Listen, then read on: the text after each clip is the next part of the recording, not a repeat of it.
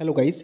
যিসকলে ADRE grade 3 grade 4 exam qualify কৰি থৈছে আসাম পুলিচৰ exam qualify কৰি থৈছে আৰু তাৰ লগতে হেলথৰ যিবোৰ পোষ্ট আছিল সেইবোৰৰ exam qualify কৰি থৈছে তেওঁলোকৰ মনত এটা প্ৰশ্ন হয় যে তেওঁলোকে কেতিয়ালৈ এপইন্টমেন্ট লেটাৰবোৰ পাব অৰ্থাৎ তেওঁলোকক কেতিয়া এপইন্টমেন্ট লেটাৰ ডিস্ট্ৰিবিউট কৰা হ'ব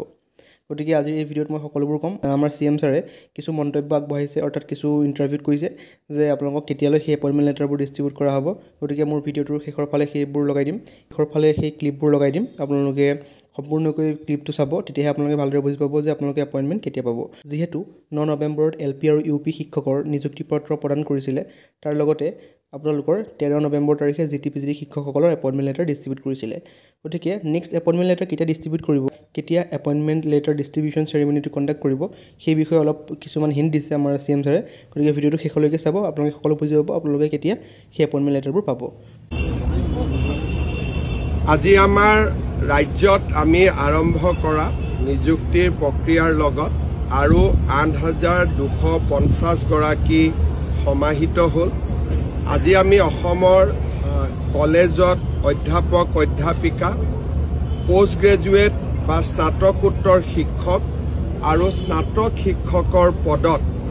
8200 গৰাকী যুৱক যুৱতীক নিযুক্তি দিব পাৰিছো আমাৰ প্ৰাথমিক বিদ্যালয়ৰ নিযুক্তিৰ প্ৰক্ৰিয়া সম্পূৰ্ণ হ'ল আজি আমাৰ উচ্চতৰ মাধ্যমিকৰ নিযুক্তি সম্পূৰ্ণ হ'ব পৰৱৰ্তী পৰ্যায়ত স্বাস্থ্য বিভাগ আমাৰ ADRE গ্ৰেড 3 গ্ৰেড 4 আৰু লগতে আন কেইবাটাও বিভাগৰ বহুখিনি নিযুক্তি পত্ৰ আছে আমি এনেকে সপ্তাহে 10 দিনৰ মূৰত এখনকৈ মিটিং কৰি আমি দি যাম আৰু আমাৰ যিখিনি পৰীক্ষা শেষ হৈছে প্ৰাৰ্থীসকল উত্তীৰ্ণ হৈছে তেওঁলোকে সকলোৱে ডিসেম্বৰ মাহৰ ভিতৰত নৱেম্বৰ ডিসেম্বৰৰ ভিতৰত নিযুক্তি প্ৰক্ৰিয়া লাভ কৰিব State government has announced during the 2021 that we are going to give 1 lakh fresh appointment in government. But today we have already crossed 1,36,000. We are going towards achieving more than 1,50,000 appointment in government sectors. A lot of results has been announced and we are giving appointment letter phase wise. Today we have given appointment letters to 8,000 lecturers and teachers. This appointment will strengthen the public education system in Assam. Would you please brief on the people arrested for making social media posts in Assam? As of now, we have arrested 17 people who have directly or indirectly lauded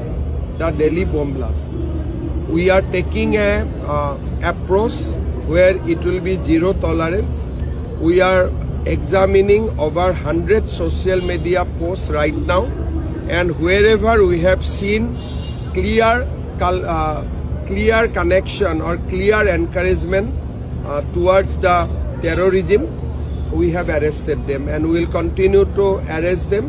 till we crack the entire ecosystem in Assam.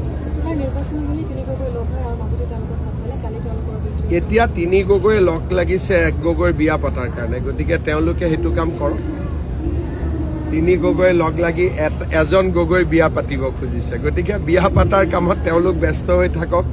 আমি ৰাজনীতি কৰি থাকো আমি মানুহৰ কাম কৰি থাকো হ'ব থ্যাংক ইউ স্যাৰ